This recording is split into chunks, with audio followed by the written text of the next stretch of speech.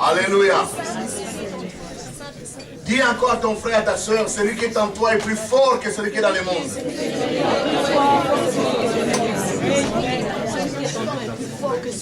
Alors n'ayez pas peur. Amen. Merci. Nous pouvons prendre nos places. Nous vous saluons encore dans le nom du Seigneur. C'est toujours une grande joie quand nous nous retrouvons dans la maison de Dieu. C'est notre maison.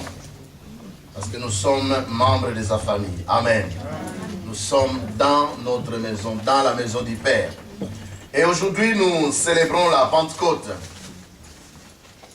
Nous allons essayer d'expliquer ce que c'est la Pentecôte. Nous allons parler du background, donc l'arrière-plan, d'où nous vient cette fête de Pentecôte. Et nous allons aussi voir quelles sont les implications dans notre vie. Aujourd'hui, quand nous parlons de la Pentecôte, qu'est-ce que cela doit donc avoir comme résultante dans notre vie? Nous rendons grâce à Dieu. Je pense que quand vous vous tournez derrière, vous pouvez déjà remarquer que le frère Guigui est là. Est-ce que le frère Guigui peut se lever? Honorable. Alléluia. Il était absent pendant presque 3 mois. Il était au Congo et il est en bonne santé. Nous bénissons le Seigneur. Amen. Juste le jour où il devait prendre son avion, maman a décidé de rentrer au ciel. Et donc, il a dû d'abord enterrer maman avant de revenir. Ces derniers temps, l'église passe quand même par des moments très difficiles. Et pour ceux qui étaient là en semaine, même les dimanches passés, nous avions annoncé que la sœur Gisèle avait aussi perdu sa mère, qui a été enterrée donc hier samedi. Et nous étions ici hier soir pour l'entourer. Et donc, elle a dispersé les amis et les membres de famille qui étaient là. Donc, nous bénissons encore le Seigneur. Le frère Gédéon, je ne sais pas s'il est déjà là, pas encore. Lui aussi, il a perdu son oncle. Et c'est vendredi que lui, à son tour, il a dispersé les gens. Vous voyez que l'église est quand même touchée d'une façon ou d'une autre. C'est pourquoi, comme nous disons souvent, tout besoin est un appel à la prière. Et nous avons donc convoqué l'église à cette veillée de prière du 28. Notez s'il vous plaît, prenez à cœur, ne venez pas seul, appelez les amis, les membres de famille, parce que Dieu va faire que les portes s'ouvrent d'elles-mêmes. Et il vous a été donné les textes, des Actes des Apôtres, chapitre 12, au verset 10. C'est le thème de cette veillée de prière du 28. Préparez-vous s'il vous plaît. Quand vous préparez quelque chose, ça se sent et vous verrez les résultats. Nous allons prier pour que les portes s'ouvrent d'elles-mêmes. Et ceux qui étaient là les vendredis, nous avions déjà introduit les sujets. Et à la fin, on va vous donner les 3 textes bibliques que nous avions exploités les vendredis. Et nous reviendrons encore les vendredis pour la même chose. Amen. Amen. Il y a un autre honorable qui vient de faire son entrée. C'est prévu dans les annonces. Mais nous allons demander à Papa Égide aussi de se lever. Amen. Lui, je pense qu'il a fait 6 mois au Congo. Nous pouvons acclamer le Seigneur. Nous aimons bien les gens qui se préparent à rentrer en Afrique. Parce que tout ce qu'on a acquis ici, on doit rentrer pour sauver l'Afrique. Surtout la RDC, qui est un cas d'étude. Alléluia. Amen. Un scandale géologique. Et je pense qu'avec des bons leaders, nous pouvons changer les choses. Merci, Papa Égide. Nous sommes contents de vous revoir. Et en bonne santé, quoique vous étiez un peu malade. Nous bénissons le Seigneur. Amen. Amen. Je vais donc demander à tous ceux qui, depuis le début de l'année, ont été éprouvés de venir ici et nous allons prier. C'est Mélanie. Tout le monde qui a été éprouvé cette année, qui a perdu un membre de famille, nous allons prier pour vous. Venez s'il vous plaît. Vous avez besoin de la grâce de Dieu. Nous parlons d'abord des membres de famille biologiques. Parce que tous, en tant qu'Église, nous avons été touchés aussi. Venez s'il vous plaît. Ne soyez pas timides. Et l'Église s'élève pour prier.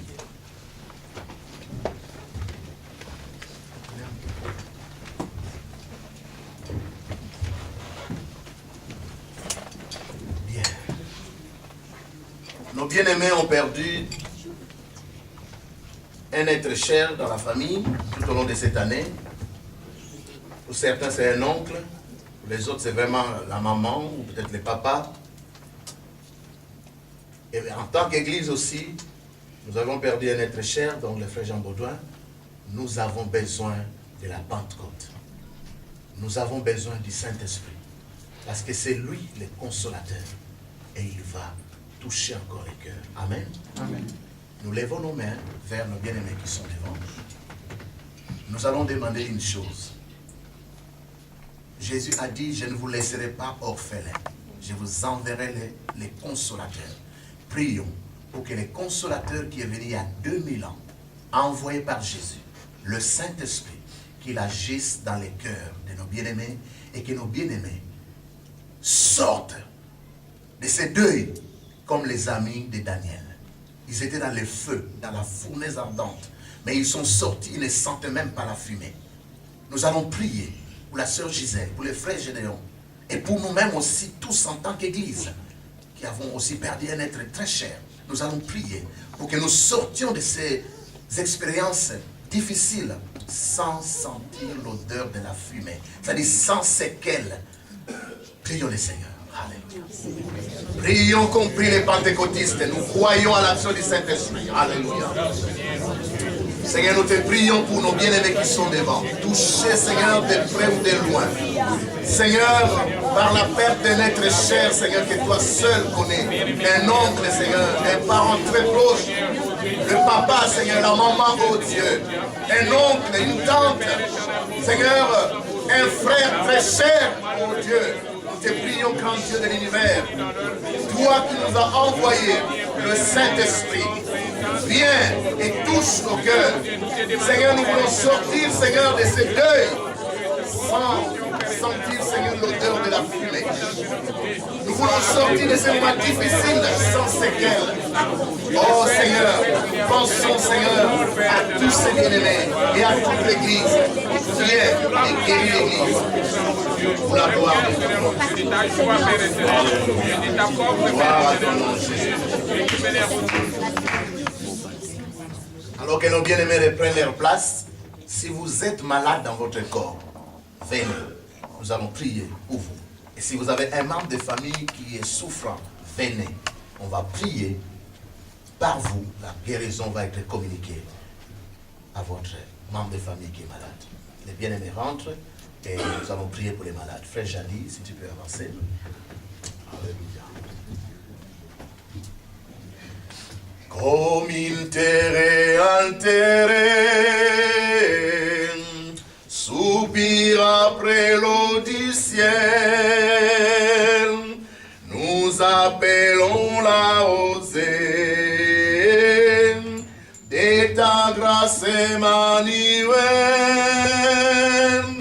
fraîche et rosée, descendez sur nous tous, ô divines ondes, venez arroser-nous, fraîche et rosée, descendez sur nous tous, ô divines ondes, venez arroser-nous, ne laissant-nous rien d'aride, qui ne soit fertilisé, et que le lieu sacré verdisse, et porte des fruits nouveaux, fraîches et rosés, descendez sur nous tous, ô divines ondes, venez arroser-nous. Nous levons nos mains, nous tendons nos mains vers les bien-aimés. Nous allons prier pour la guérison physique, morale, mentale, spirituelle Élevons nos voix et prions le Seigneur. Alléluia. Jésus, tu allais de liens en Dieu, faisant du bien, guérissant les malades. Nous commençons ce culte, Seigneur, par ce service. Parce que nous croyons qu'il y a 2000 ans à la croix de Golgotha, tu as accompli la promesse du Père. Tu as envoyé le Saint-Esprit. Et c'est le Saint-Esprit qui sauve. C'est le Saint-Esprit qui guérit. C'est le Saint-Esprit qui délivre. C'est le Saint-Esprit qui console. Voilà pourquoi nous te prions, ô grand Dieu de l'univers. Touche les corps malades. Même si c'est un membre de famille qui est au loin. Seigneur, qu'à travers les bien-aimés qui sont là, que la guérison soit communiquée au nom de Jésus. Nous prions pour Maman Anne, Seigneur, pour son rétablissement. Nous prions pour la sœur Nancy au cas, Seigneur. Nous prions pour Papa Égide. Nous prions pour tous ceux qui ne se sentent pas bien dans leur corps, mais aussi, Seigneur, au niveau mental, au niveau émotionnel, spirituel, Seigneur. Manifeste ta gloire. Nous prions pour Maman Pasteur qui n'est pas là ce matin, Seigneur. Étends ta main. Glorifie ton nom, Jésus, car tu es celui qui nous guérit de toute maladie. Par tes maîtresses, nous avons été guéris. À la croix de Golgotha, tu as dit tout est accompli. Tu as emporté toutes nos maladies et toutes nos infirmités. Que Seigneur, l'hernie discale disparaisse au nom de Jésus. Que les maux de toutes sortes, Seigneur, disparaissent au nom de Jésus. Que le rhumatisme cède au nom de Jésus. Que l'hypertension, l'hypotension cède au nom de Jésus-Christ. Car tu as vaincu le diable. Tu as vaincu la maladie. Au nom de Jésus. Que la guérison soit communiquée maintenant par le Saint-Esprit qui a été envoyé. À toi la gloire, à toi l'honneur, pour les siècles des siècles. Amen. Amen. Nous reprenons nos places et nous laissons Christina interpréter un chant. Amazing Grace.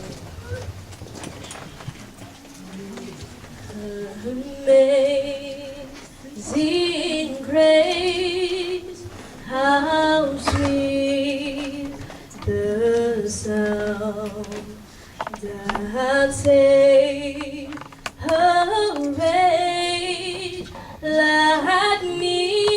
Quelle grâce qui a sauvé un déchet comme moi. I once was lost. J'étais perdu. But now I'm found. Maintenant je suis sauvé. J'ai été retrouvé par Jésus. But now I see. J'étais aveugle. Maintenant je vois. Amazing grace, how sweet the sound that saved the wretch like me. I once was lost, but now un déchet comme moi. J'étais perdu. J'ai été retrouvé. J'étais aveugle. Maintenant je vois. Gloire à Dieu. Nous étions tous perdus. Dieu nous a retrouvés. Nous étions aveugles. Spirituellement, on ne voyait rien. Nous étions tous des Ivoiriens. Dieu nous a sauvés. N'est-ce pas, frère Ignace? On voit maintenant. On n'est plus Ivoiriens. Gloire à Dieu. Nous prenons nos Bibles, donc, nos carnets de notes. Tous les messages du dimanche, déjà le lundi, vous les retrouvez sur YouTube, donc vous pouvez suivre tous nos cultes. Les bien-aimés sont vraiment en train de travailler. Nous bénissons le Seigneur et nous les félicitons. D'ici quelques jours, vous pourrez vous procurer les DVD, peut-être même juste après les cultes. Il faut donc les encourager et continuer à contribuer pour qu'ils aient tout l'équipement nécessaire. La Pentecôte. Comme je disais, nous allons définir ce que c'est la Pentecôte. Ensuite, nous allons parler de l'origine de cette fête et nous verrons en tant que disciples de Jésus, chrétiens, quelles sont les implications de cette fête ou de cette réalité dans nos vies. La Pentecôte, nous l'avons dit, je pense, l'année passée, parce que nous avons aussi expliqué, c'est un mot qui vient du grec ancien, Pentecosté. Ce qui signifie simplement le 50e jour après la Pâque. Si vous comptez depuis la Pâque jusqu'à aujourd'hui, vous verrez qu'aujourd'hui, nous sommes au 50e jour. Et la Pentecôte veut simplement dire le 50e jour après la Pâque.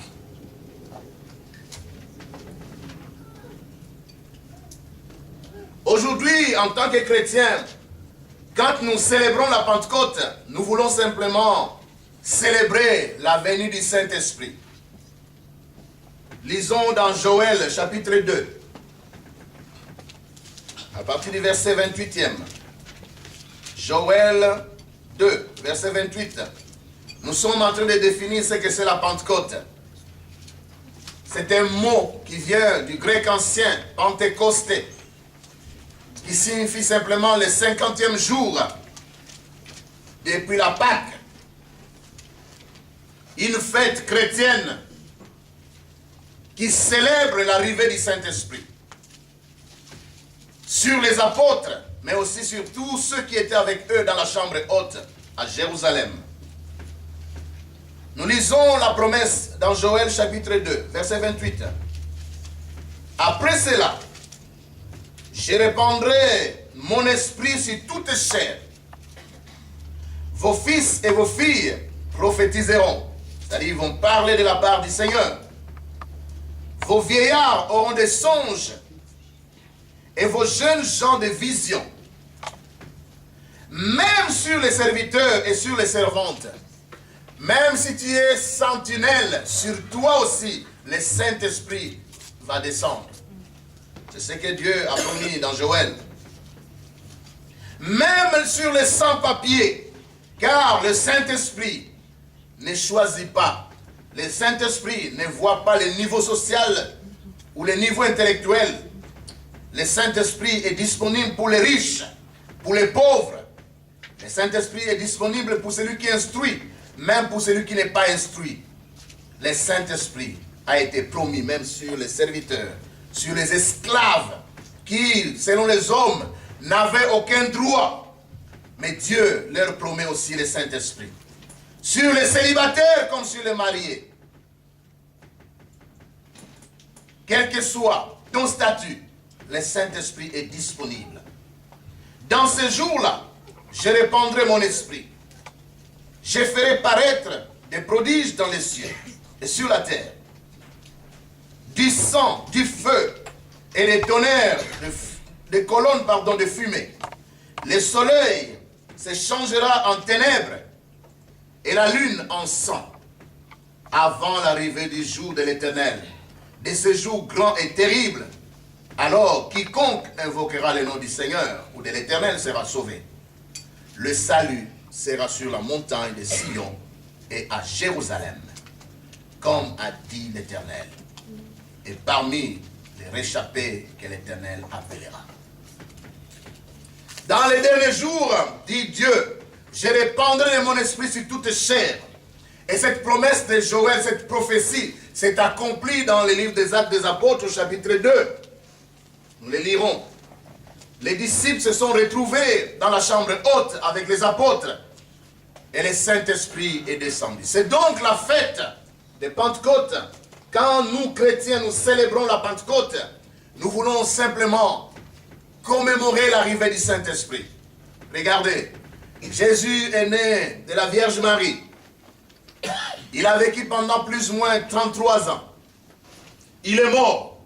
Le troisième jour, il est sorti du tombeau. Et quand il est sorti du tombeau le troisième jour, pendant 40 jours, il a encore marché et mangé avec ses disciples pour leur prouver que je suis bel et bien vivant. Ça, vous le lisez dans Actes chapitre 1, à partir du verset 1. Jésus est mort. Le troisième jour, il est sorti du tombeau. Pendant 40 jours, il a encore marché et mangé avec ses disciples. il les a encore enseignés pour leur prouver qu'il était bel et bien vivant. Après les 40 jours, il est monté au ciel. Il y a plus d'une semaine, nous avons célébré l'ascension, c'est-à-dire la montée de Jésus vers le Père. Il est monté au ciel, c'est ça l'ascension. Jésus n'est pas simplement monté, mais quand il est monté, il y a aussi ce qu'on appelle la glorification. Son Père l'a glorifié. Il l'a fait asseoir à sa droite. Il lui a donné le nom qui est au-dessus de tout nom. Et devant ce Jésus, tout genou fléchira. Amen. Même ceux qui ne fléchissent pas encore aujourd'hui. Mais un jour, ils vont fléchir leurs genoux pour reconnaître qu'il y a avec un seul sauveur, Amen. Jésus. Amen. Amen. Donc, quand Jésus est sorti du tombeau, le 3e jour, pendant 40 jours, il a encore marché, mangé avec ses disciples, il les a enseignés, et puis il est monté au ciel. 10 jours après l'ascension, il a envoyé le Saint-Esprit. Amen. Amen. La Pentecôte, c'est le 50e jour après la Pâque. À partir de la Pâque, vous comptez 7 semaines, et les jours qui suivent, 7 fois 7, ça fait 49, et les jours qui suivent, c'est le 50e jour. C'est ça la Pentecôte. 10 jours après l'ascension et 40 jours après la Pâque.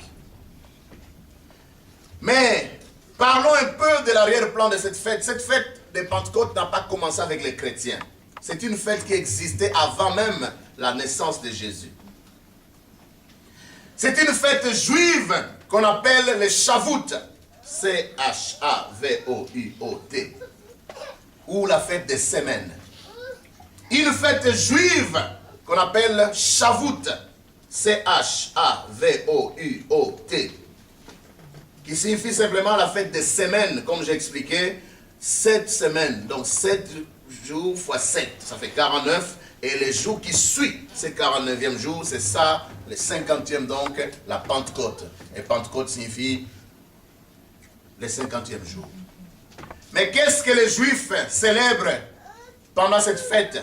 Si nous, chrétiens, nous célébrons la venue du Saint-Esprit, pour les Juifs, à l'origine, la Pentecôte est une fête agricole. Quand ils ont sémé, les premiers fruits commencent donc à sortir. Ils commencent à cueillir les premiers fruits et c'est là qu'ils célèbrent la fête des prémices, la fête des moissons. Ils commencent à goûter aux premiers fruits du travail. Donc, au départ, pour les Juifs, la Pentecôte, c'est une fête agricole. Est-ce que je me fais comprendre? Les chrétiens célèbrent cette fête disant que c'est la venue du Saint-Esprit. Ça coïncidait ce jour-là et Dieu donne toujours une signification spirituelle aux choses matérielles. Comme nous le verrons le jour de la Pentecôte, l'apôtre Pierre a prêché et dans son discours, le jour de la Pentecôte, les gens ont été touchés et 3000 personnes se sont données au Seigneur. C'est les premiers fruits de la moisson de l'Église. Est-ce que je me fais comprendre? Amen. La Pentecôte, c'est la fête des semaines ou la fête des moissons. Quand les Juifs ont sémé, 7 semaines après, les premiers fruits commencent à sortir. Et ils célèbrent donc cette fête des prémices. Les premiers fruits. Et c'est donc ça la fête pour les Juifs. Mais les pharisiens, vers le 1er siècle, ils ont commencé à célébrer la Pentecôte comme étant la venue. Ils célébraient la fête où Dieu leur avait donné la loi au mont Sinaï. Dieu avait donné les tables de la loi à Moïse. Et les pharisiens ont choisi, depuis le 1er siècle, mais surtout au 4e, de célébrer le Shavuot, ou la fête de Pentecôte. Pour eux, ils pensaient plus à la venue de la loi que Moïse avait reçue du Père. Amen. Amen. Là, c'est donc l'arrière-plan. Et vous comprenez donc d'où nous vient cette fête. Nous ne sommes pas juifs. Nous sommes disciples de Jésus. Pour nous, De même qu'à la Pâque, les Juifs célèbrent leur délivrance. Ils étaient esclaves en Égypte, Dieu les a délivrés et c'est ça la Pâque pour les Juifs. Et pour nous, la Pâque, nous étions morts dans les péchés. Nous étions esclaves du péché. Dieu nous a sauvés. Il nous a délivrés. C'est ça la Pâque pour un chrétien. Amen. Amen. Par la résurrection, par la mort et la résurrection du Seigneur, nous célébrons notre victoire. Et 50 jours après cette victoire, Dieu a compris qu'il était impossible de vivre la vie chrétienne sans le Saint-Esprit. Il nous a donc promis le Saint-Esprit depuis l'Ancien Testament et ça a été accompli. Lisons dans le livre des Actes des Apôtres.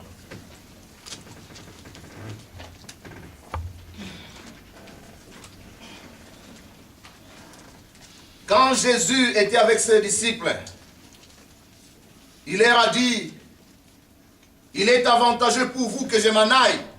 Il est mieux que je parte. Parce que si je ne m'en vais pas vers le Père, le consolateur ne viendra pas. Dieu ne voulait pas, ou ce n'était pas dans les programmes de Dieu, que Jésus et le Saint-Esprit puissent travailler en même temps. Jésus est venu sauver l'humanité et le Saint-Esprit devait venir après pour aider les chrétiens à vivre la vie chrétienne. Quand Jésus est monté au ciel, 10 jours après, Dieu a envoyé le Saint-Esprit. Amen. Amen. Lisons dans le livre des Actes des Apôtres. Chapitre 2. Les jours de la Pentecôte, ils, donc, les apôtres et les disciples qui les accompagnaient, ils étaient tous ensemble dans le même lieu. Vous voyez les gens qui disent, ah, pour moi, prier, l'église c'est le cœur. Je vais même prier à la maison. Faux. Tous les disciples qui avaient cru en Jésus, Dieu leur avait dit, ne quittez pas Jérusalem jusqu'à ce que la promesse du Père soit accomplie. Si quelqu'un avait quitté ces lieux, il n'aurait pas reçu la promesse, le Saint-Esprit. Comprenez bien la parole de Dieu. Attention aux déviations. Oh, pour moi, l'église, c'est le cœur. Je peux même prier à la maison. Ok, prie à la maison et puis tu vas te perdre dans... Tu ne connais même pas la Bible, tu vas te perdre dans les faux raisonnements. Ils étaient tous ensemble, dans le même lieu. Ils étaient dans la chambre haute, où ils priaient. Ils attendaient que le Saint-Esprit vienne. Parce qu'il est impossible de vivre la vie chrétienne sans le Saint-Esprit. Tous les gens qui remplissent les églises et qui n'ont jamais accepté Jésus, ils n'ont pas l'Esprit de Dieu. C'est pourquoi leur vie ne se transforme pas. Ils peuvent devenir diacres, anciens, même pasteurs. Parce qu'il y a des pasteurs qui sont vraiment des méchants. Quand vous les regardez dans les façons de faire, ce sont des païens. Vous croyez qu'ils sont sauvés, ils ne sont jamais sauvés. Parce que quand on est sauvé, ça se voit. Dieu est amour. Et dans le cœur de celui qui est sauvé, il faut qu'il règne l'amour. Si vous vous dites que vous êtes sauvés, mais partout où vous passez, vous ne faites que détruire vos frères, vous ne connaissez pas Dieu. Car Dieu est amour. Et celui qui aime est né de Dieu. Amen. Amen. Amen. C'est pourquoi les messages qui vont suivre, nous allons parler des signes du temps de la fin. Parce que les pentecôtistes, les charismatiques, ceux qui croient au Saint-Esprit, nous mettons tellement l'accent sur les miracles que nous oublions que les miracles ne sauvent pas. Même les démons peuvent faire des miracles. Quand Moïse était devant Pharaon, les magiciens de Pharaon ont fait aussi des miracles. Sauf que les miracles de Dieu, ce sont les miracles qui durent. Amen. Parce que c'est la bénédiction de l'Éternel qui enrichit. Amen. Il ne la fait souffrir d'aucun chagrin. Méfiez-vous de tous ceux qui s'appellent pasteurs et qui détruisent les gens. J'ai connu des gens, partout ils sont passés, on te respectait quand tu arrives parce que lui est passé là, on ne te respecte plus. Lui seul sait ce qu'il avait dit derrière ton dos. Et pourtant tu avais tout fait pour lui. Des gens comme ça, je ne crois plus qu'ils sont chrétiens. Parce qu'on ne peut pas être enfant de Dieu et ne pas avoir l'amour. Parce que ce que l'Esprit de Dieu produit en nous, c'est d'abord l'amour. Méfiez-vous aux gens qui se vantent surtout de leurs dons spirituels. L'église de Corinthe est l'église qui avait tous les 9 dons spirituels. Mais c'est l'église où il y avait plus de désordre. L'église de Corinthe. Donc, quelqu'un peut parler en langue sans signifier rien du tout. Quelqu'un peut prophétiser, ça ne suffit rien du tout. Il faut voir dans la vie, est-ce que c'est une vie qui honore Dieu? Si quelqu'un vient avec ses prophéties et que sa vie n'est pas conforme, rejetez ses prophéties. Alléluia. Amen. On veut servir Dieu, mais on ne veut pas être transformé par l'Esprit de Dieu. Tu vas périr avec tes dons. Alléluia. Amen. C'est ce qu'un magicien voulait faire. Il voulait acheter la puissance que Pierre avait. Pierre lui a dit, il va périr avec ton argent. Des langues, verset 3, pardon 2. Tout à coup, il vint du ciel un bruit comme celui d'un vent impétueux. Et il remplit toute la maison où ils étaient assis. Des langues semblables à des langues de feu leur apparurent séparées les unes des autres et se posèrent sur chacun d'eux. Et ils furent tous, pas quelques-uns, ils furent tous remplis du Saint-Esprit. Et se mirent à parler en d'autres langues, selon que l'Esprit leur donnait de s'exprimer. Ce ne sont pas des langues qu'ils fabriquaient, c'est l'Esprit qui leur donnait. Tu n'as jamais appris l'anglais, tu commences à prier en anglais. Même ceux qui te connaissent vont croire au Yanzambe. J'ai connu des sœurs comme ça. Jamais appris l'anglais. Mais quand elles commencent à prier, elles prient en anglais, j'étais là. Je regarde. Et elles prophétisent en anglais. J'étais là à interpréter. C'était beau à voir. Quand les gens ont faim, ils ont soif et que cherchent Dieu, le Saint-Esprit se manifeste. Mais quand les gens viennent à l'église de façon superficielle, sans consécration, sans engagement, juste des chrétiens de dimanche, l'action du Saint-Esprit ne se fait pas manifester. Amen. Amen. Je ne dis pas que tout le monde doit être là tous les jours, mais dans la mesure du possible. Quand on a faim, quand on a soif, quand on est consacré, on sait qu'on doit s'occuper des affaires du royaume. Amen. Amen. Alors quand vous lisez la suite, il y avait des étrangers dans la ville. Étonnant. Imagine que tu sois au fin fond de Mayombe là-bas. Hein? Ou bien tu es au fin fond, pas de Douala, mais plus loin encore. Pas Abidjan, mais le village le plus reculé. Et puis tu entends une vieille dame qui n'a jamais été à l'école en train de prier en néerlandais. Prie en néerlandais. Tu seras étonné. C'est ce que les gens ont vécu ces jours-là. Amen. Amen. Alors ils se demandent, mais ces gens, ils sont tous juifs. Comment se fait-il qu'ils se mettent à parler en d'autres langues? Et certaines personnes disaient, ils sont ivres. Ils ont beaucoup bu. Mais Pierre se lève et puis dit, il n'est que 9 h du matin. Non, non, non, non. C'est pas qu'ils sont ivres. Mais c'est ce que le prophète Joël avait promis. Les jours de la Pentecôte, Dieu a accompli ce qu'il avait prédit par le prophète Joël. Dieu n'est pas un homme pour mentir. Quand il promet, il réalise. Amen. Même si ce qu'il t'a promis tarde, attends calmement. Amen. Ça va s'accomplir. Amen. Amen. Mais il faut une bonne préparation. Les disciples et les apôtres sont restés dans la chambre haute, suivant les instructions de Jésus. Ne sortez pas de Jérusalem. Attendez jusqu'à ce que le Père accomplisse sa promesse. Et le Saint-Esprit est descendu. Amen. Amen. Et Pierre a fait un discours, il a prêché. Un homme sans instruction. Il a prêché avec autorité. Et ce jour-là, 3000 personnes se sont converties, tournées à Dieu. La Pentecôte pour les Juifs, c'est une fête agricole. Et Pierre était un Juif. Il est né dans ce contexte. C'était une fête agricole où ceux qui ont sémé, ceux qui ont planté, ils commencent à voir les premiers fruits de leur travail. Alors ils en font une fête. Jésus avait promis à Pierre, il a dit, Pierre, Pierre, je te donnerai les clés du royaume. Alléluia. Amen. Et c'est donc Pierre qui a prêché pour la première fois pour ouvrir les royaumes de Dieu. Il a introduit les 3000 âmes dans les royaumes. C'est ça les prémices. Les premiers fruits de la moisson. Quand nous parlons de la Pentecôte, l'Église est née le jour de la Pentecôte. Quand Jésus était sur terre, Matthieu 16, verset 18, quand Jésus était avec ses disciples et qu'il parlait de l'église, c'était toujours au futur. Donc il disait, je bâtirai mon église. Donc l'église n'était pas encore officiellement installée. Et l'église est née officiellement le jour de la Pentecôte. Quand le Saint-Esprit est descendu, parce que Dieu sait qu'il est impossible de vivre la vie chrétienne sans le Saint-Esprit. Demandez aux aventuriers qui vont dans les églises, qui essayent d'imiter. Vous allez imiter, mais comme dit Tshisekedi, même si tu fais semblant, tu dis que moi je suis chauve, mais les cheveux vont pousser. On verra que tu n'es pas chauve.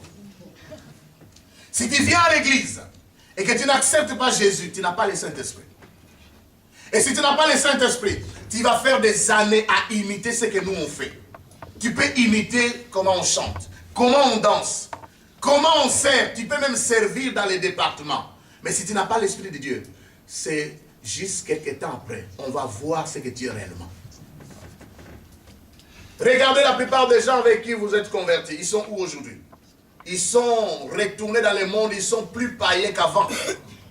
Parce qu'ils sont venus dans les royaumes, ils pensaient entrer dans les royaumes, mais ils n'avaient pas l'Esprit de Dieu. Ils se sont même engagés dans les ministères, dans l'œuvre de Dieu. Mais puisqu'ils n'avaient pas l'Esprit de Dieu, on ne peut pas faire le travail de Dieu seulement avec l'intellect, seulement avec les dons naturels. Nous avons besoin du Saint-Esprit. Amen. Amen. Amen. Et sans le Saint-Esprit, vous allez essayer et vous vous rendre compte qu'il est impossible. D'ailleurs, Jésus a dit, sans moi, vous ne pouvez rien faire. Jean 15, 5. Sans moi, vous ne pouvez rien faire. Et Jésus vit en nous par le Saint-Esprit. Si le Saint-Esprit n'est pas en vous, vous ne pouvez rien faire.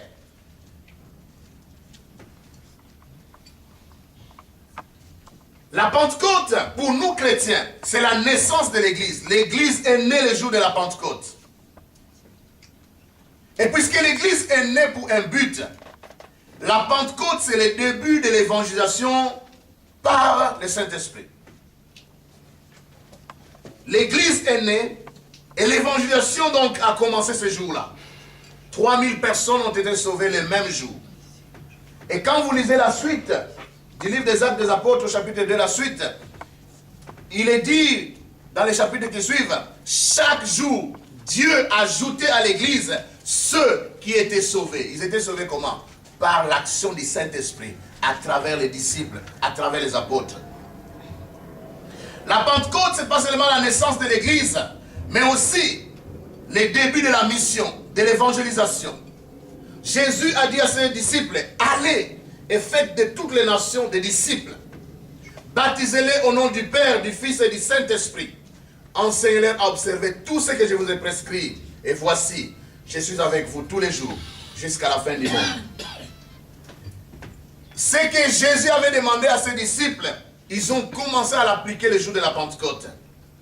Ils ont commencé à évangéliser. Dans Acte 1:8, il est dit, vous recevrez une force, ou vous recevrez une puissance, celle du Saint-Esprit, et vous serez mes témoins à Jérusalem, dans la Judée, dans la Samarie, jusqu'aux extrémités de la terre. Dieu voulait sauver le monde, mais il avait un plan, une stratégie. Il a choisi un groupe de 12. Même quand Judas s'est suicidé, on a remplacé un autre à la place de Judas. Pour avoir les 12 tribus d'Israël. Parce que le salut est venu des Juifs. Christ avait dit, vous recevrez une force. Le Saint-Esprit survenant sur vous. Et vous serez mes témoins à Jérusalem, dans la Judée, dans la Samarie, jusqu'aux extrémités de la terre. Le but de la Pentecôte, c'est la moisson. Dites à haute voix, le but de la Pentecôte, c'est la moisson. Le but de la Pentecôte, c'est la moisson. Nous ne sommes pas là pour cueillir des poires, des pommes, des fraises. Ça, on a fait quand on était étudiant. N'est-ce pas? La moisson dont on parle ici, c'est la moisson des âmes. La moisson des hommes et des femmes qui sont perdus. La Pentecôte, c'est la naissance de l'Église. Mais la Pentecôte inaugure aussi l'évangélisation du monde. Aller et faire de toutes les nations des disciples. Et quand on évangélise, les gens qui sont sauvés, il faut les enseigner, les baptiser et les envoyer pour qu'à leur tour, ils aillent aussi sauver les autres. L'église n'est pas un club où on se retrouve dimanche après dimanche. Mais l'église, c'est un groupe d'hommes et de femmes qui ont accepté Jésus, qui sont remplis du Saint-Esprit, mais qui sont aussi activement impliqués dans la mission, dans l'évangélisation du monde. Aujourd'hui, même quand on parle du Saint-Esprit, ça se limite au parler en langue. Mais j'aimerais vous dire une chose. Il n'y a pas que les hommes qui ont parlé en langue dans la Bible. L'âne de Balaam a parlé en langue. Vous le savez? Hein? Ah. Donc quand vous vous glorifiez, moi je parle en langue. Les animaux vont vous dire, nous aussi on a un représentant. L'âne de Balaam. Quand Balaam le frappait, il dit, mais pourquoi tu me frappes? D'ailleurs, ça c'était plus grave. Quand tu vois un frère et une soeur parler en langue, c'est moins grave, parce que ça peut arriver. Mais quand un animal te parle en langue, il te parle en bamileke, ou bien en lingala, ou petit kapouani, tu vas tomber. Hein? Tu vas tomber. Alors, au lieu de se glorifier, moi je parle en langue, moi je prophétise. Dis-toi, après avoir prophétisé, après avoir parlé en langue, et après, qu'est-ce que ça donne? Qu'est-ce que ça donne? Qu'est-ce que ça donne? Alléluia. Amen. La Pentecôte, c'est l'évangélisation au niveau mondial.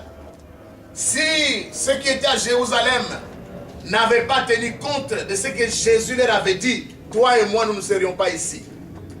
Nous sommes ici parce que les apôtres et les disciples qui ont parlé en langue le premier jour de la Pentecôte, ils ont compris que tout ne s'arrête pas au parler en langue. Il faut aller maintenant dire aux autres, à nos amis, à nos membres de famille, que Jésus sauve, que Jésus guérit, que Jésus peut baptiser du Saint-Esprit.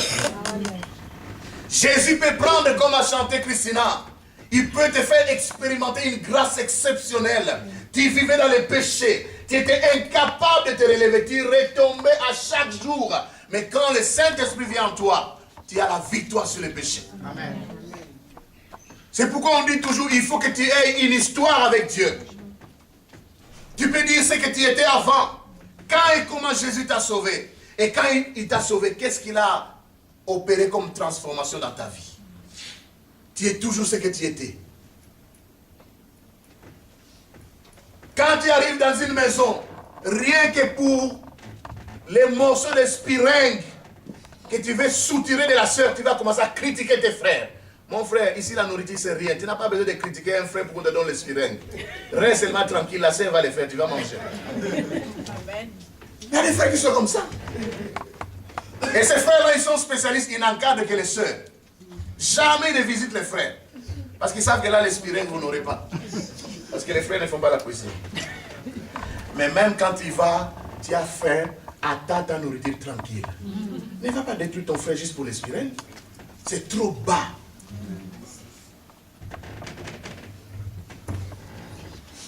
Ces derniers temps, j'en veux aux faux frères. J'en veux vraiment aux faux frères. Ils détruisent nos assemblées. Vous recevrez une force. Le Saint-Esprit survenant sur vous. Et vous serez mes témoins à Jérusalem, dans la Judée, dans la Samarie, jusqu'aux extrémités de la terre. Amen. Amen. Alors comprenez que la Pentecôte, pour nous chrétiens, nous célébrons l'arrivée du Saint-Esprit. Mais posez-vous encore une question, pourquoi le Saint-Esprit est-il venu?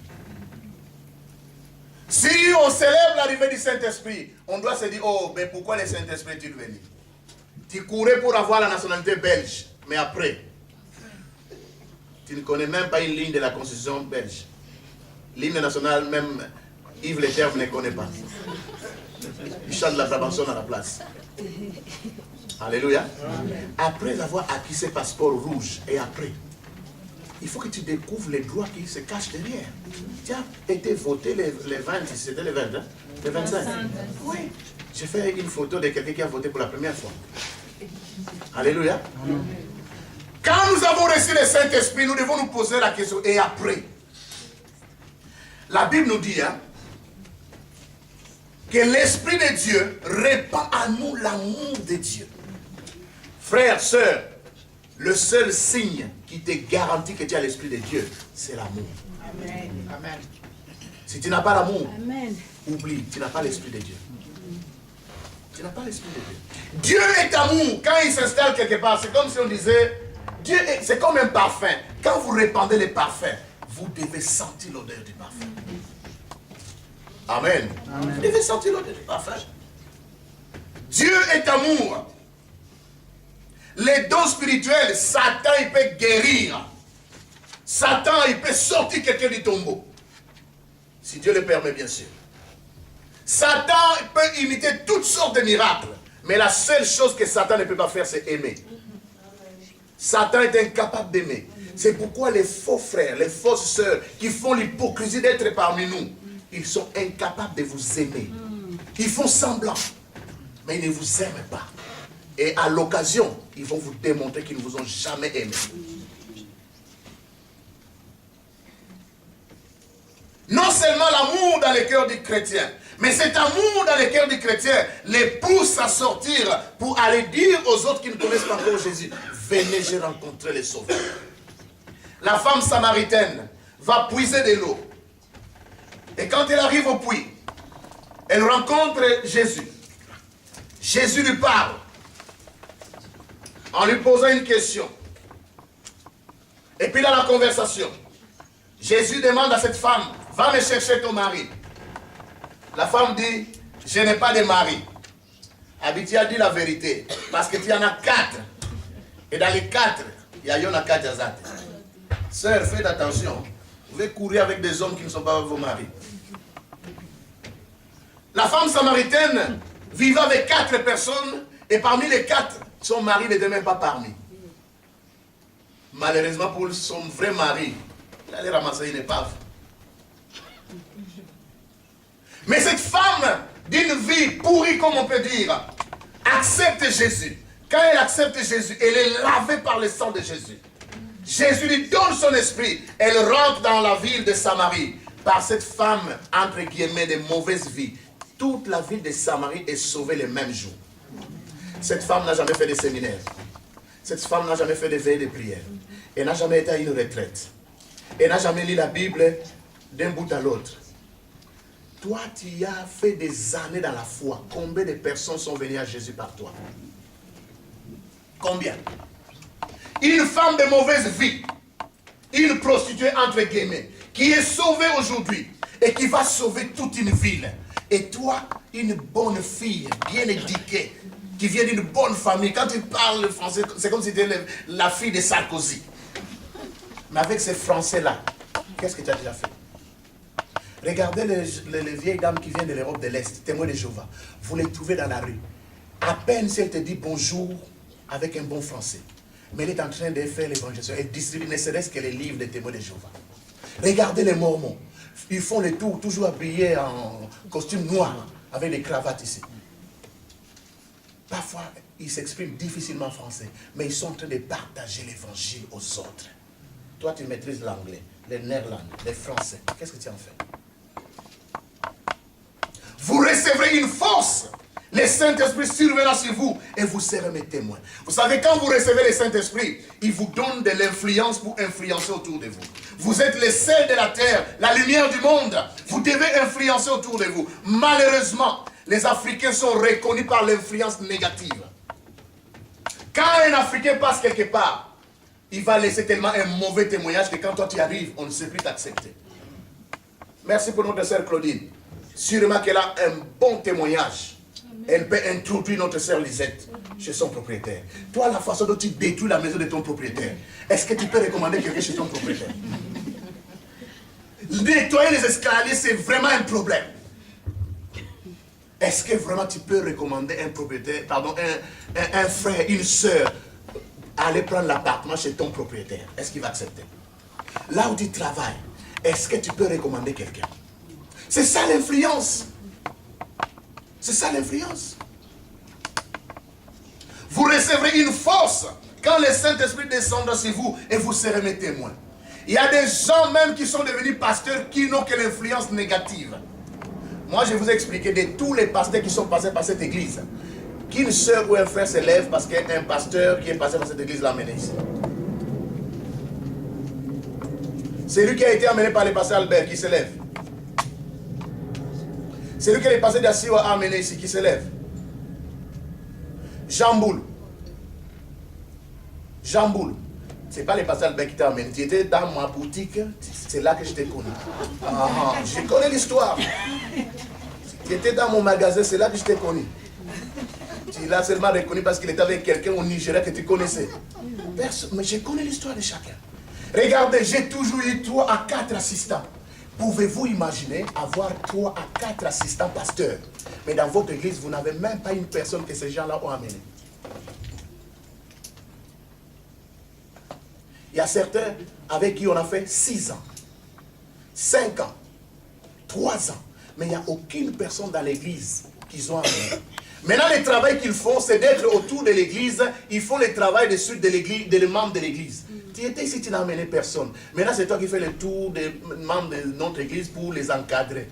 Ça, c'est la méchanceté. C'est la méchanceté.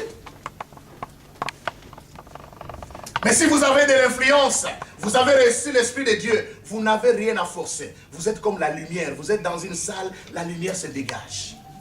Je connais comment le frère Gilles est arrivé. Je connais comment un tel est arrivé. Je connais comment... C'est ça l'influence. Et la Bible dit que chaque jour, Dieu a ajouté à l'église ce qui était sauvé. C'est pourquoi maintenant quand je parle aux serviteurs de Dieu, je leur dis, si tu as un collaborateur qui n'amène pas des gens chez toi, écarte-les. Il attend les moments propices pour commencer son église. C'est tout. Parce que, par définition, un leader, un responsable, c'est quelqu'un qui a de l'influence. Si tu n'as pas l'influence positive, tu as l'influence négative. Chaque jour, Dieu ajoutait à l'église ceux qui étaient sauvés. Mais comment ces gens étaient-ils sauvés? C'est par le travail que chaque membre de l'église faisait.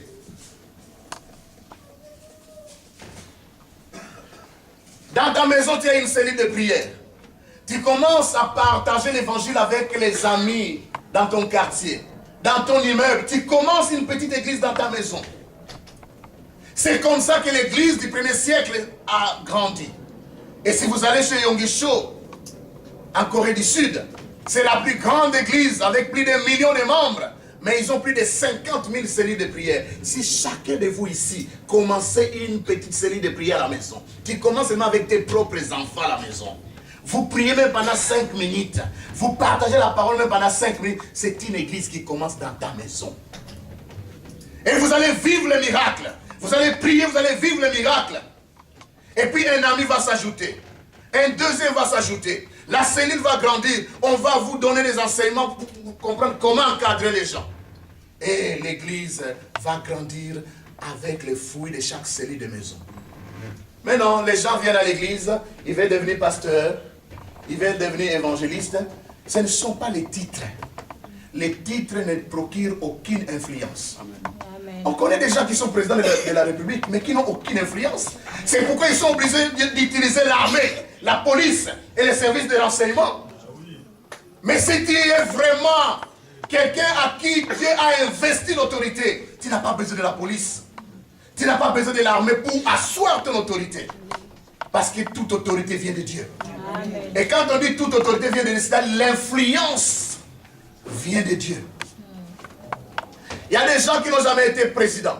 Mais quand ils disent billet en bon en côté, ce billet ne sera pas consommé. C'est-à-dire quelqu'un qui n'est même pas ministre, qui n'est même pas président, qui dit ce billet-là qu'on vient de sortir, ils veulent encore faire la planche à billets. On ne va pas utiliser ce billet. Et on n'a jamais utilisé ce billet-là, mon Congo. Mais ceux qui sont au pouvoir, ils disent nous allons utiliser cet argent. Avec la police, avec l'armée, ça ne donne rien. Vous recevrez de l'influence quand le Saint-Esprit descendra sur vous. Vous savez, quand vous avez l'Esprit de Dieu, on peut vous larguer dans une ville. Seul vous, avec votre Dieu, vous pouvez commencer une église. Si vous n'êtes pas encore à mesure de le faire, continuez à jeûner et à prier jusqu'à ce que Dieu vous donne de l'influence. Nous, on est venus en Belgique comme étudiants, on n'est pas venus comme pasteur. Mais à cause de l'influence que le Saint-Esprit produit, tu ne peux pas rester tranquille. Tu vas commencer une cellule même dans ta maison. Et ton pasteur va t'encadrer petit à petit. Cette cellule va devenir une église.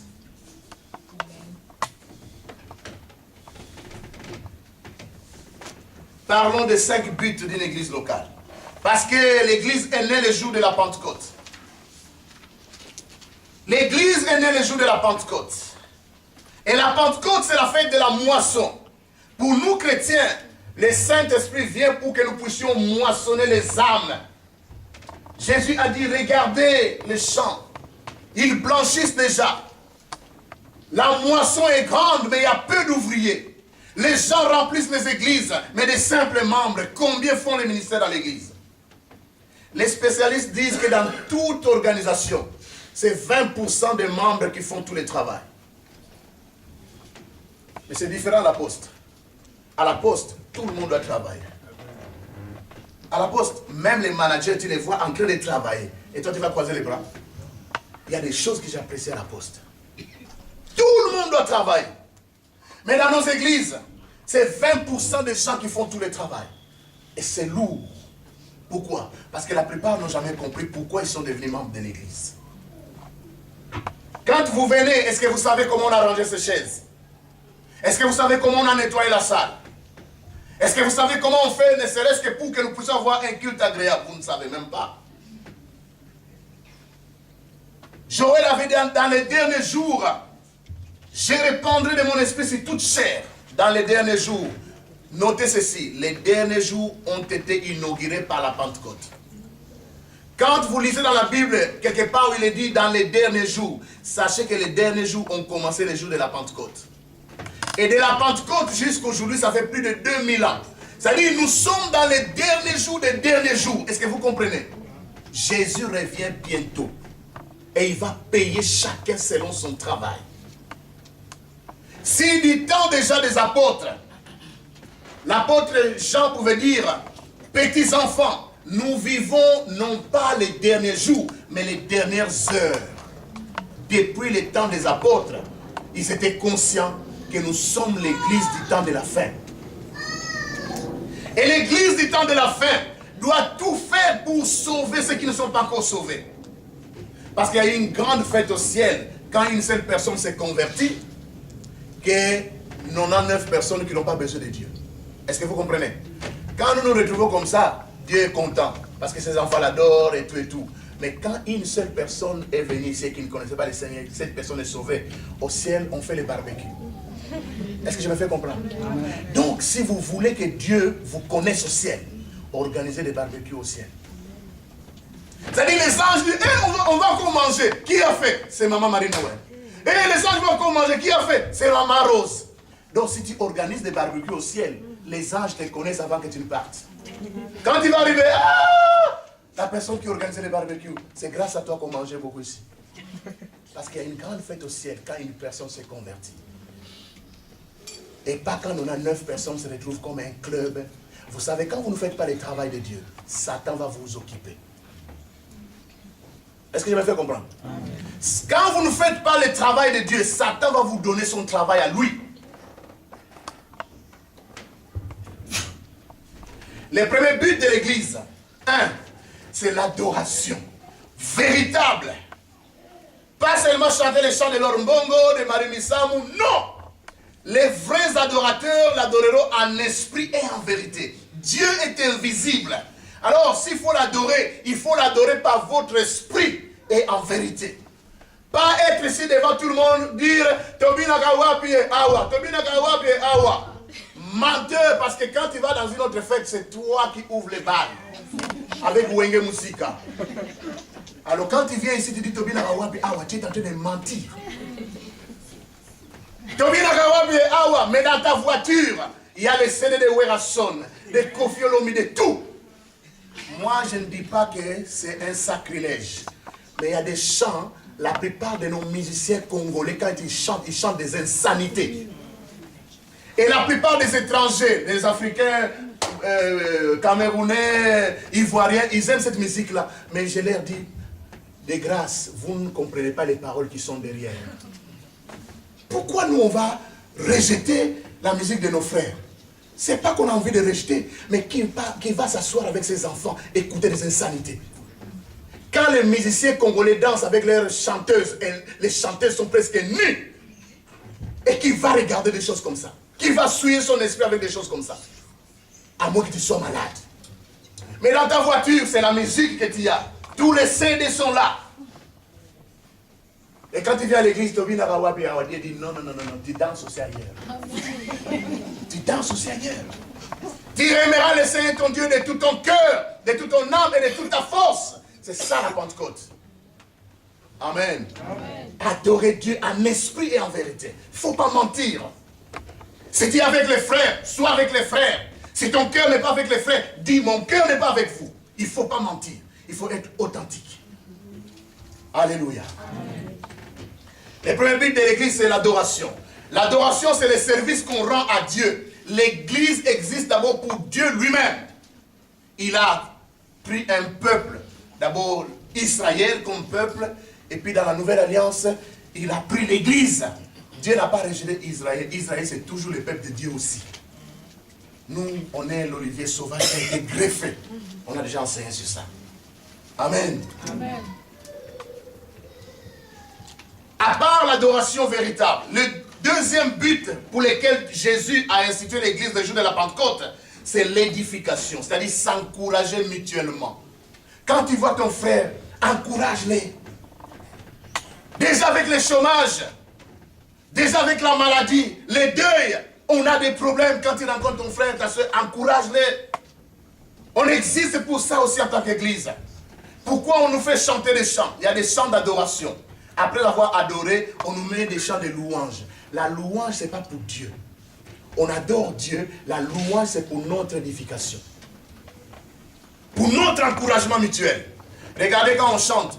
Tous les chants qui s'adressent à Dieu directement, ce sont les chants de louange. Et j'ai toujours expliqué à ceux qui dirigent la louange de faire la différence. Les chants qui s'adressent directement à Dieu, ce sont les chants de louange. Mais quand tu commences à dire « Que l'ami fidèle et tendre, nous avons en Jésus-Christ », tu t'adresses à tes frères. Tu les encourages pour leur dire « Nous avons un ami, Jésus, qui nous soutient. » Mais quand tu adores, tu t'adresses directement à Dieu. Amen. Amen. Amen. Amen. Donc l'encouragement mutuel, la Bible dit que ceux qui avaient cru, ils étaient tous ensemble, persévérant dans l'enseignement des apôtres, dans les prières, dans la communion fraternelle et dans la fraction du pain. Ça, c'est les services qu'on rend à l'église. S'encourager mutuellement, c'est motiver. L'église, c'est comme la station à essence. Nous sommes comme des voitures. Nous entrons ici pour nous approvisionner en carburant et rentrer à la maison pour vivre la vie chrétienne. Au travail, vivre la vie chrétienne pour gagner les autres. Nous revenons encore pour nous recharger, charger les carburants. La parole de Dieu, la grâce qu'on a ici, la prière, c'est ça les ressources que nous venons prendre chaque dimanche, chaque vendredi quand nous nous retrouvons pour aller vivre la vie chrétienne. Amen. Amen. Amen. Vous venez pour adorer Dieu, vous venez aussi pour encourager les frères et les sœurs. Troisième but, c'est l'évangélisation. L'église existe pour gagner le monde à Christ.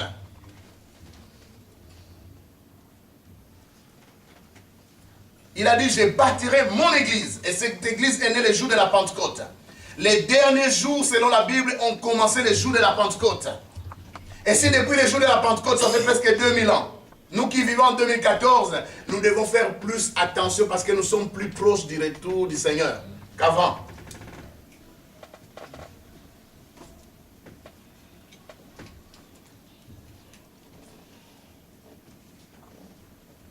Quand la Bible dit, vous recevez une force, c'est-à-dire Dieu veut seulement nous équiper, venir chercher les carburants pour aller continuer la marche. Amen. Amen. Vous savez, les Américains, ils sont très avancés. Hein? Ils ont fabriqué des avions qui approvisionnent les avions en plein vol. C'est-à-dire, un avion est en train de voler, vous vous rendez compte que vous n'avez plus de carburant. Il y a un avion qui, en plein vol, peut venir vous approvisionner. Vous n'avez pas besoin d'atterrir. Ils utilisent ça souvent pendant la guerre. Donc, frères, sœurs, quand nous venons à l'église, Dieu nous approvisionne, il nous donne la force pour influencer le monde. Et vous n'avez pas besoin de vous retrouver par terre pour encore avoir la force. Chaque jour, vous pouvez dépendre du Saint-Esprit pour vous recharger encore vos batteries. Si les Américains l'ont fait, Dieu l'a fait avant. Le Saint-Esprit est là pour vous recharger. Amen. Amen. La quatrième option ou le quatrième but de l'église, c'est la préparation au ministère. Dieu a donné à l'Église 5 dons. Et les 5 dons sont là pour le perfectionnement des saints en vue du ministère. L'Église est là pour préparer les gens au ministère. Il ne suffit pas de venir jour après jour, année après année, vous êtes toujours assis. Non! Vous devez vous préparer au ministère. Il faut que des gens viennent, moi, Dieu m'appelle à l'évangélisation. Donnez-moi la formation pour que j'aille visiter les malades, prêcher les malades. Moi, le Seigneur m'appelle peut-être dans la prière. Donnez-moi une bonne formation pour que je m'engage dans la prière. Il y a des gens qui doivent diriger les cultes. Avant, les pasteurs, ils dirigeaient les cultes, ils prêchaient. Maintenant, nous avons quelques personnes qui dirigent. Mais ça ne suffit pas. Il faut continuer à former. Hier, on parlait encore avec un frère ici. Et on disait, il n'y a pas de succès sans successeur. N'est-ce pas? Oui. Si après toi, c'est les déluges, c'est pas bon. Mon bout a laissé les déluges et jusqu'à aujourd'hui, on a encore englouti. Alléluia. Amen. S'il n'avait pas laissé les déluges, on serait encore bien. Alléluia. Amen. Il n'y a pas de succès sans successeur. L'église est là pour préparer la relève aussi. Il faut qu'il y ait des gens qui vont continuer après nous. Mais ces gens-là doivent être préparés. Il ne faut pas qu'on s'improvise. Il n'y a que dans certains pays où on peut s'élever du jour au lendemain, on devient député. On devient président. Il n'y a que dans certains pays. Mais dans les pays civilisés, vous verrez que vous suivez l'histoire de cette personne. Il était conseiller communal là-bas. Un jour, il est monté à tel stade. Et puis, il est en train d'acquérir une certaine maturité. Les ministères ne s'improvisent pas. Surtout pas les ministères de la parole. Prêcher ou enseigner la parole exige une préparation. Tu dois être enseigné, tu dois être initié. Et le but de l'église, c'est de préparer les gens au ministère. Il y a des gens qui ont un cœur pour la mission. Il faut que tu sois formé. L'église gagne les gens, forme les gens et les envoie.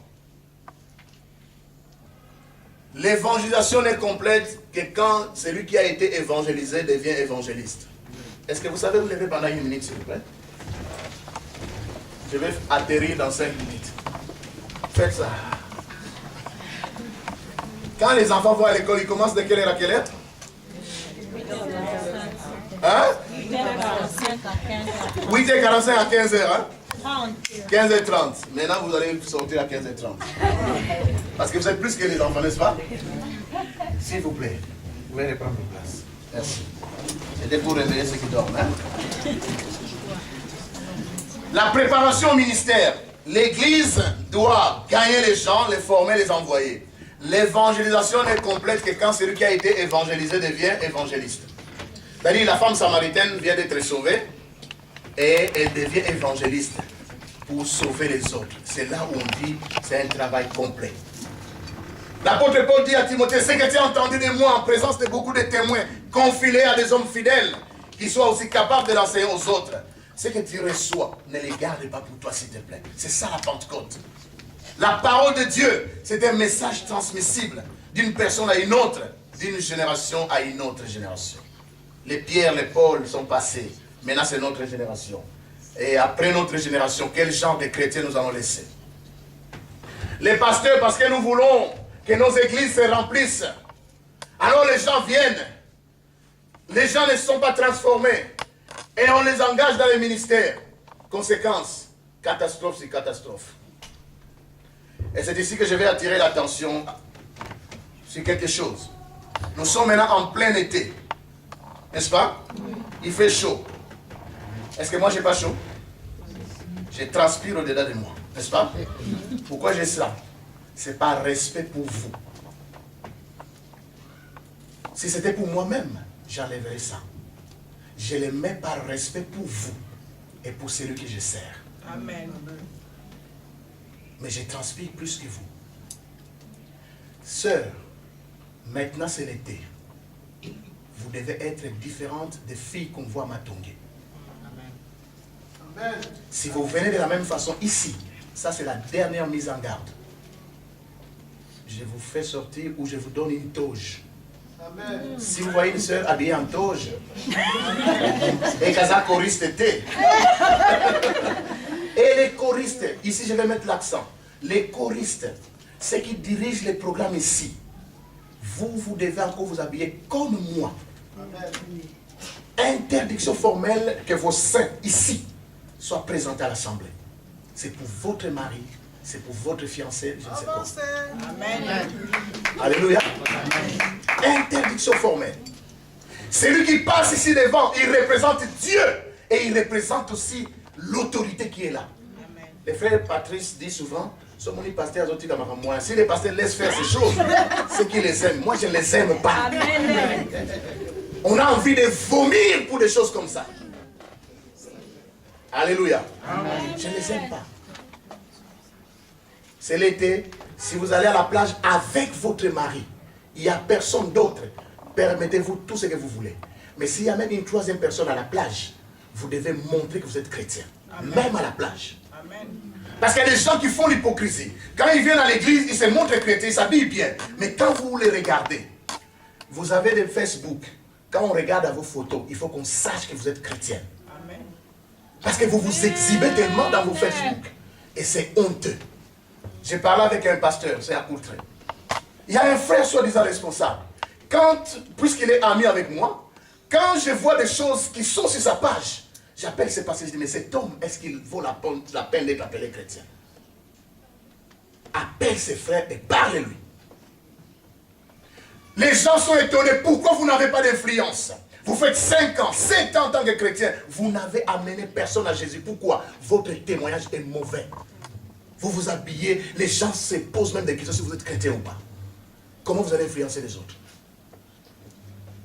Les païens savent comment les chrétiens doivent se comporter. Nous venons à Dieu tel que nous sommes, mais ce n'est pas pour rester tel que nous sommes venus. La parole de Dieu doit nous transformer, doit nous changer. Si la parole de Dieu ne nous transforme pas, ne nous change pas, c'est-à-dire on jette de l'eau, mais ça ne pénètre pas.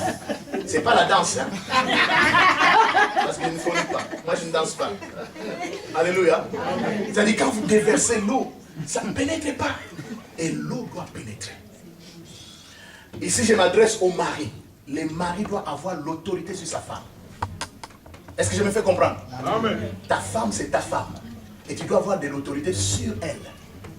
Vous savez, quand vous allez faire vos achats, il y a des démons qui vous disent, entre ici. Entre ici. Commence à choisir. Frères, sœurs, mettez-vous en tête, comme a dit le pasteur Alain qui revient les 20 ici, pasteur Alain de Suisse. La plupart des modélistes sont des satanistes. Les gars, ils ne sont pas normaux. Comme des efféminés, ils marchent comme ça. Et c'est eux qui créent les modes que vous courez derrière. Est-ce que c'est normal? Commence à prier pour que parmi nous, Dieu suscite des modélistes chrétiens qui font des vêtements qui couvrent vraiment la nudité. Et quand on regarde ça, c'est un ministre de Dieu. Ça, c'est une ministre de Dieu. Et quand même une personne vient pour la première fois, la personne n'est pas scandalisée. Frère, sœur, si tu es musicien, tu viens ici avec pantalon ici, je te chasse à partir de la porte. Amen. On a été à un deuil. Les païens étaient plus scandalisés que nous. On voit un chanteur qui s'amène, ceinture emporio, et un pantalon jusque là. Et alors les païens les regardaient, et pour ceux qui ont ça, maintenant, si ça c'est de Dieu, je préfère aller en enfer. Alléluia. Maintenant on dit que l'habit ne fait pas les moines, mais on reconnaît les moines par son âme. Alors les gens disent, mais c'est le cœur. Non, si le cœur est propre, l'extérieur va être propre. Amen. La vérité. Vous savez, quand vous entrez dans la voiture de quelqu'un, vous saurez s'il est propre ou pas. Et ça reflète sa maison, ça reflète aussi sa vie intérieure. Entrez dans la voiture du frère Oscar.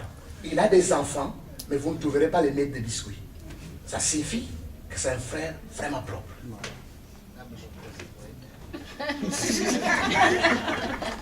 Alléluia. Vous entrez dans une voiture, vous ne savez pas si vous êtes tombé dans un sac de poubelle ou pas. Non, là c'est pas bon. Alléluia. C'est que Claudine connaît l'affaire. Alléluia. Ce que nous sommes à l'intérieur se manifeste à l'extérieur.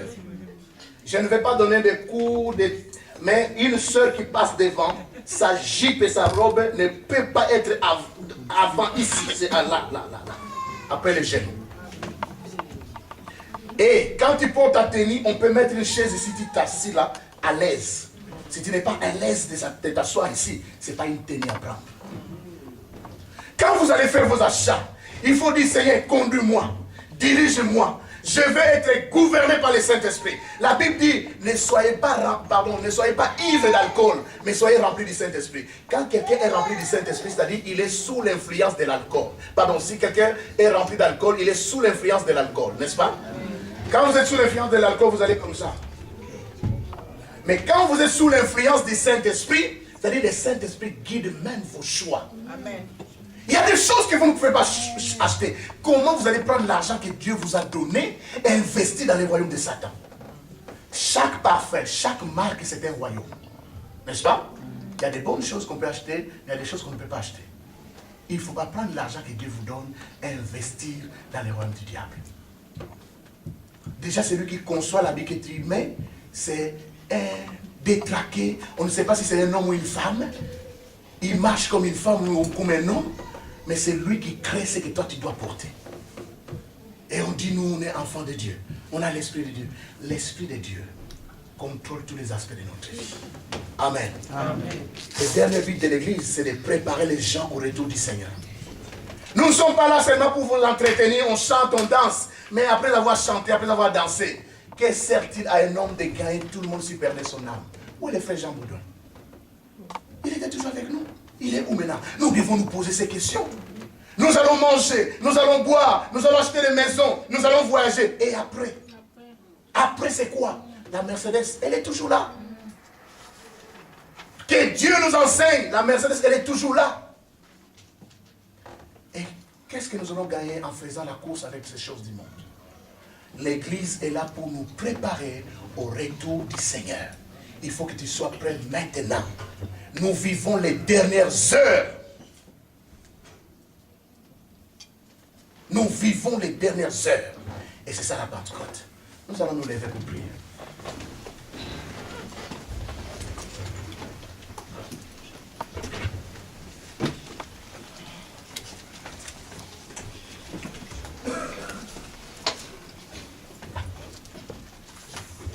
Vendredi, nous allons continuer ce que nous avions introduit les vendredis passés. S'il vous plaît, soyons là. En tant qu'Église, nous avons vu que les premiers disciples étaient toujours ensemble. Ils persévéraient dans la prière. Amen. Amen. Amen. Amen. Et nous, soyons toujours ensemble. Persévérer dans la prière. C'est là que Dieu va déverser sa puissance et qui va nous aider à avoir de l'influence. Tant que ce lieu-là n'est pas rempli, nous continuons à prouver que nous n'avons pas d'influence. J'aimerais que chaque jour qui passe, tu te dises, mais il y a des pasteurs qui sont passés par cette église. Ils ont fait 5 ans, 7 ans. Il y a des gens qui ont logé ici pendant 4 ans en tant que pasteur.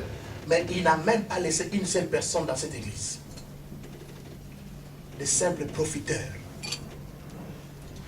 Pour tous les biens que Dieu te fait. En retour, il te dit, sauve les autres pour qu'ils viennent aussi connaître le bonheur que toi tu connais. Qu'ils viennent aussi connaître le bonheur que toi tu connais. La paix que tu connais, les autres ne connaissent pas.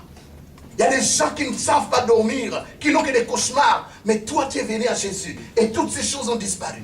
Il faut que tes amis connaissent ces choses. Il faut que tes membres de famille connaissent ces choses. Il faut que tu influences autour de toi. Oh, si un jour tu es au ciel, Dieu ouvre tes yeux, tu regardes tes parents en enfer, tu seras content au ciel? Hein? Dieu ouvre tes yeux au ciel et tu regardes tes parents en train de cramer là. Parce qu'au ciel, pardon, en enfer, il n'y a que 2 chants. Les pleurs et les graissements des dents. C'est le seul. Alors Dieu te montre tes parents en train de cramer. Ces mêmes parents qui t'avaient chéri, qui ont consacré toute leur vie pour que toi tu étudies, que tu réussisses. Et toi tu as découvert Jésus, tu l'as gardé pour toi. Les parents ont fait tout pour que les enfants aillent dans de bonnes écoles, qu'ils fassent le foot, qu'ils deviennent riches. Mais ça sont des choses qui vont rester. Ce n'est pas mauvais de les faire. Mais en plus de cela, la priorité doit être de faire connaître Jésus à vos enfants. Amen. Même quand vous ne serez plus là, Jésus va aider vos enfants. Ils vont bien se débrouiller. Amen. Dieu, l'héritage des hommes ou des femmes justes ne périt jamais. Si vous voulez aller demander à Maman Fianda, elle va vous expliquer. Maintenant, priez. Priez pour vous-même. Que l'esprit de la Pentecôte vous envahisse. Que vous soyez un homme influent, une femme influente.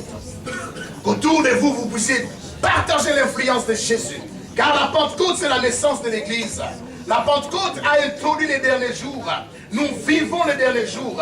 Nous vivons les dernières heures. Rachetons les temps car les jours sont mauvais. Oh Seigneur, nous te prions pour que tu nous aides en tant qu'Église à racheter les temps car les jours sont mauvais. Seigneur, tu dis expressement dans ta parole que dans les derniers jours, il y aura des moments difficiles. Je te prie, Seigneur, pour que tu aides ton peuple, que tu aides ton Église, Seigneur, mon Dieu. Aide ton Église, oh Seigneur. Aide ton peuple pendant ces temps difficiles, des guerres, des troubles, des tremblements de terre, Seigneur. Oh mon Dieu, des révoltes partout, Seigneur. Et pendant ces moments difficiles, tu soutiennes ton peuple, tu soutiennes ton Église, tes enfants, Seigneur. Donne-nous ton esprit, donne-nous ton énergie, Seigneur, en plein vol. Que nous ne puissions pas atterrir, Seigneur, en plein vol, que nous ayons, Seigneur, de l'énergie. Que le Saint-Esprit nous soutienne, qu'il nous communique ton amour, Seigneur, ta puissance, oh Dieu. Oh, manifeste ta gloire. Manifeste ta gloire. Manifeste ta gloire.